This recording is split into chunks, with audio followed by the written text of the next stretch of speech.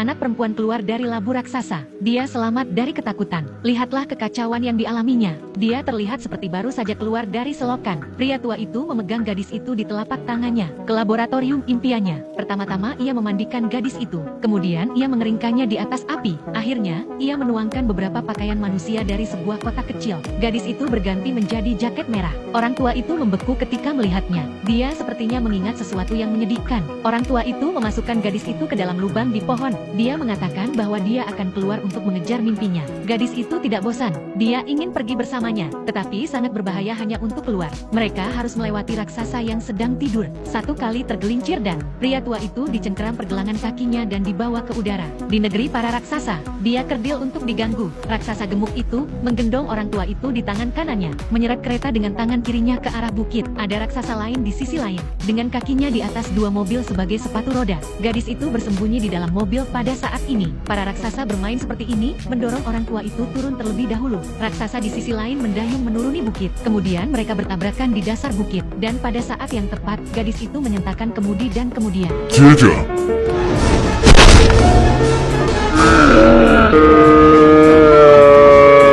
sulit untuk mengetahui siapa yang harus merasa kasihan. Baru saja, langit penuh dengan awan, dan tak lama kemudian hujan turun dengan deras. Dan raksasa-raksasa ini takut akan air. Mereka semua bersembunyi. Orang tua itu mengambil kesempatan untuk memasukkan gadis itu ke dalam tasnya. Akhirnya mereka berangkat dalam perjalanan mereka. Mereka mengikuti garis puncak melalui awan. Mereka berjalan dari siang hingga malam. Akhirnya mereka berada di negeri impian fantasi. Orang tua itu lepas landas dengan cepat dan terjun ke sungai, langsung ke dunia lain. Gadis itu mengikuti langkah orang tua itu dan melompat ke sungai. Gravitasi berbalik seketika. Orang tua itu membalikkan gadis itu. Ia berkata dengan cara yang mendalam, "This be where all my dreams is beginning."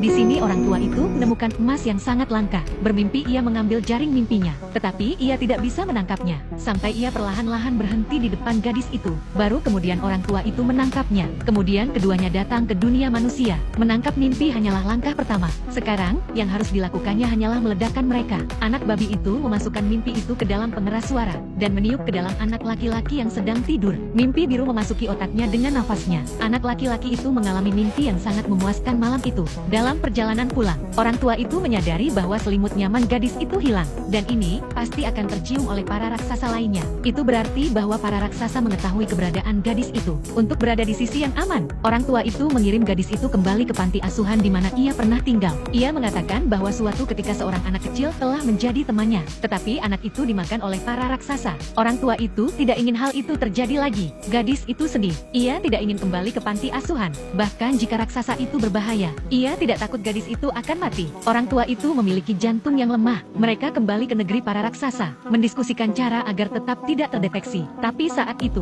para raksasa mencium baunya dan menerobos masuk, mengobrak-abrik lemari mencari gadis itu, menghancurkan semua mimpi yang telah diburu orang tua itu selama bertahun-tahun. Jadi, orang tua itu, yang selalu menjaga lidahnya, akhirnya meledak. Pertama, api, kemudian air. Ia mengusir para raksasa itu. Tetapi ini bukan lagi suatu pilihan. Jadi gadis dengan selera humor yang jahat, memiliki gagasan yang sekali dan untuk selamanya. I have a plan. A plan? We are going to the Queen.